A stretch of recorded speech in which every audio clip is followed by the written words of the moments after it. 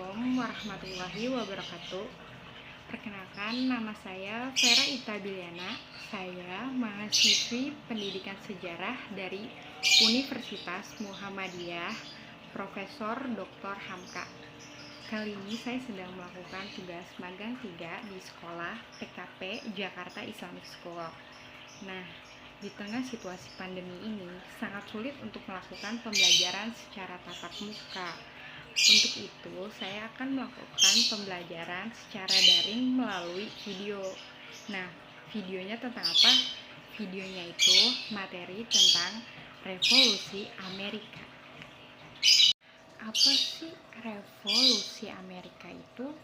Jadi, revolusi Amerika itu biasa kita sebut juga dengan Perang Kemerdekaan Amerika.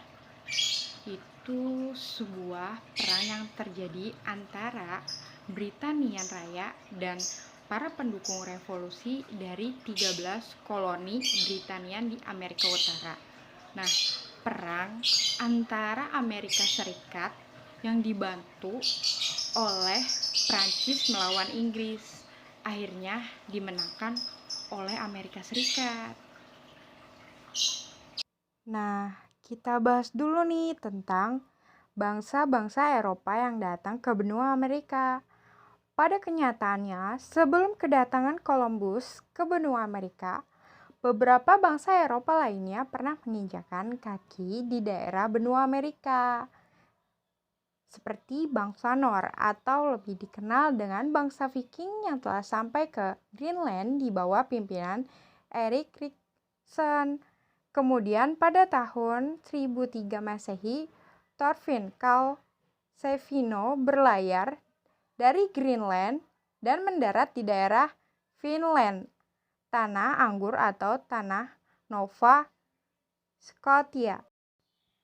Adanya teori Kopernikus yang menyatakan bahwa bumi itu bulat, adanya penemuan kompas, dan adanya perintah Raja Spanyol membuat Columbus berlayar bersama pasukannya.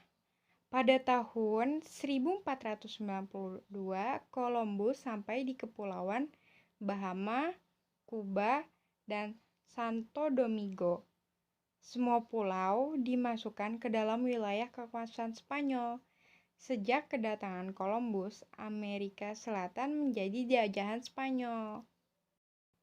Disinilah mulai terjadi titik pergolakan perebutan kekuasaan. Pada abad 17 terjadi perebutan kekuasaan antara Prancis, Inggris, dan Belanda pada wilayah Amerika Utara. Pada tahun 1674, Inggris berhasil merebut wilayah yang kemudian diberi nama New York. Setelah perang 7 tahun dari tahun 1756 sampai 1763 antara Inggris dan Prancis, Inggris berhasil merebut wilayah Kanada dan Louisiana. Akibat kekalahannya, Prancis harus meninggalkan Amerika, sedangkan Inggris berkuasa sebagai penjajah di wilayah Amerika. Nah, selanjutnya membahas latar belakang Revolusi Amerika. Nah, sebelum kita membahas tentang latar belakang Revolusi Amerika, kita bahas dulu nih peristiwa-peristiwa sebelumnya. Kita mundur ke belakang dulu, apa aja peristiwa-peristiwanya. Nah, dimulai tuh pada abad akhir ke-14. Dalam bukunya Karen Armstrong, itu tuh dijelasin bahwa masyarakat atau pemerintahan Spanyol pada masa itu memiliki kecemasan terhadap agama Yahudi rahasia atau yang disebut agama Kristen baru. Pada abad ini tuh inkuisisi atau pengadilan terhadap orang gereja di Spanyol ini dianggap merupakan periode paling keras dalam sejarah panjangnya.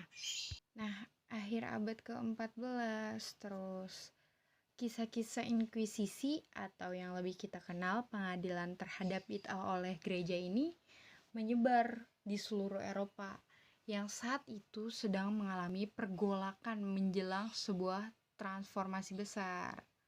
Lalu di abad 16-nya Sejenis peradaban baru perlahan-lahan muncul di Eropa, didasari pada kemajuan teknologi dan penanaman kembali modal secara terus-menerus. Salah satunya itu ada di Belanda. Tapi kemajuan ini dan perkembangannya yang ada mulai berada di luar kendali gereja.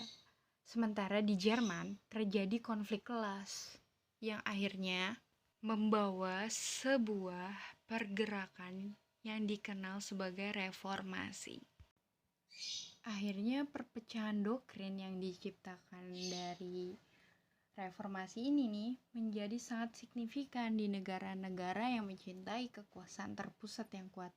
Bahkan raja menghendaki kekuasaan mutlak itu telah mengembangkan mesin negara yang memungkinkan mereka mengawasi kehidupan rakyat secara lebih dekat. Salah satunya itu pemerintahan Inggris. Seperti pada Raja Henry ke-7 yang menganggap bid'ah bagi kaum Protestan sebagai bentuk pemberontakan yang mengganggu perdamaian dan ketenangan rakyat.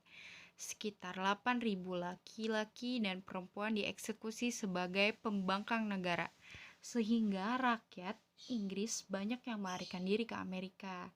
Dari sinilah lahirnya pendiri koloni yang berlatar belakang seorang pelari agama dari Inggris. Sebab umum dari adanya revolusi Amerika ini salah satunya perang 7 tahun antara Prancis sama Inggris. Nah, jadi Inggris dan Prancis ini dipisahkan oleh daerah pedalaman. Pergerakan Inggris yang terus-menerus memperluas tanah jajahan ke arah barat, kemudian melanggar batas jajahan Prancis. Hal inilah yang memicu hubungan yang tegang antara Inggris dan Prancis yang mengarah ke peperangan. Akibatnya, adanya perang ini tuh mempengaruhi terhadap daerah koloni. Dalam hal ini, pemerintah Inggris mulai menerapkan berbagai macam undang-undang yang lebih mengutamakan kepentingan negara induk, seperti undang-undang teh, undang-undang gula, undang-undang kopi, dan sebagainya. Nah, yang kedua ini pemberlakuan pajak terhadap rakyat koloni Amerika oleh Inggris. Yang pertama sugar. Undang-undang gula tahun 1764. Pajak terhadap setiap impor gula kaum koloni Amerika. Yang kedua itu stamp, Undang-undang Materai 1765 memperlakukan bahwa materai terhadap segala dokumen resmi yang dikeluarkan koloni Amerika. Ada juga Townshend, Undang-undang pemberlakuan pajak terhadap timah, cat, gelas, dan kertas. Yang terakhir itu Undang-Undang Teh 1773, yaitu aturan monopoli teh isi yang mengharuskan kaum koloni memberi teh hanya kepada kongsi dagang Inggris. Yang ketiga itu adanya paham kebebasan dalam politik. Yang keempat adanya paham kebebasan dalam perdagangan. Adapun sebab khususnya itu disebutnya The Boston Tea Party. Jadi, sebab khusus meletusnya revolusi Amerika adalah peristiwa pada tahun 1773. Pada saat itu, pemerintah Inggris memasukkan teh ke pelabuhan Boston. Pada malam harinya, muatan teh itu dibuang ke laut oleh orang-orang Amerika yang menyamar sebagai orang India suku Mohawk. Hal ini yang menimbulkan kemarahan dari pemerintah Inggris sehingga menuntut pertanggungjawaban. Tetapi penduduk koloni tidak ada yang mau bertanggung jawab sehingga menimbulkan pertempuran yang menandai terjadinya revolusi Amerika. Selanjutnya pembahasan revolusi dan perang kemerdekaan Amerika. Salah satu pergerakan yang mereka lakukan adalah penolakan atau reaksi terhadap pajak-pajak. Mereka menolak pajak-pajak Inggris, bahkan mereka melakukannya bersifat radikal. Salah satu pemimpinnya adalah Samuel Adams. Bentuk tindakannya berupa pemboikotan terhadap teh-teh Inggris dengan melakukan pembuangan muatan teh yang diangkat oleh kapal yang sedang merapat di pelabuhan Boston. Bentuk pergerakan selanjutnya adalah berupa Kongres Masyarakat Koloni Amerika. Yang pertama ini menghasilkan kebulatan tekad dari mulai menghentikan segala hubungan dagang dengan Inggris, menghapuskan pajak-pajak, terus menyerukan segenap kaum koloni untuk mempersiapkan diri menyongsong perang. Yang kedua ini pada tahun 1775 diadakan Kongres kedua dengan keputusan Kongres atas nama 13 koloni menyatakan sikap tidak lagi mengakui wewenang parlemen di Inggris atas kaum koloni Amerika. Yang ketiga, pada bulan Juli 1776 diadakan Kongres ketiga dengan keputusan pendeklarasian kemerdekaan pada 4 Juli 1776 yang sekaligus menandai berdirinya negara Amerika Serikat. Deklarasi disusun oleh Thomas Jefferson, Benjamin Franklin, John Adams. Pergerakan-pergerakan yang ada ternyata menghasilkan sebuah reaksi hebat dari Inggris, sehingga menimbulkan terjadinya peperangan antara Amerika dan Inggris. Dari pihak Amerika sendiri dibantu oleh pasukan dari Prancis, dari Spanyol, yang kemudian menghasilkan sebuah perjanjian Paris pada tanggal 3 September tahun 1783 yang isinya Inggris mengakui kemerdekaan Amerika Serikat, tetapi Kanada tetap di bawah Inggris. Nah, terdapat nih sebuah pengaruh revolusi Amerika. Apa aja sih? Pertama, munculnya sebuah negara baru yang memiliki pengaruh yang luas bagi dunia. Kedua, berkembangnya paham liberalisme dan pemikiran demokrasi yang kemudian menjadi pendorong terjadinya revolusi Prancis. Yang ketiga, adanya paham liberalisme yang berkembang di Amerika Serikat juga mendorong semangat kemerdekaan rakyat Amerika Latin di bawah pimpinan Simon Bolivar dan Jose de San Martin untuk melepaskan diri dari kekuasaan Spanyol. Selesai juga nih pemberian materi mengenai revolusi Amerika.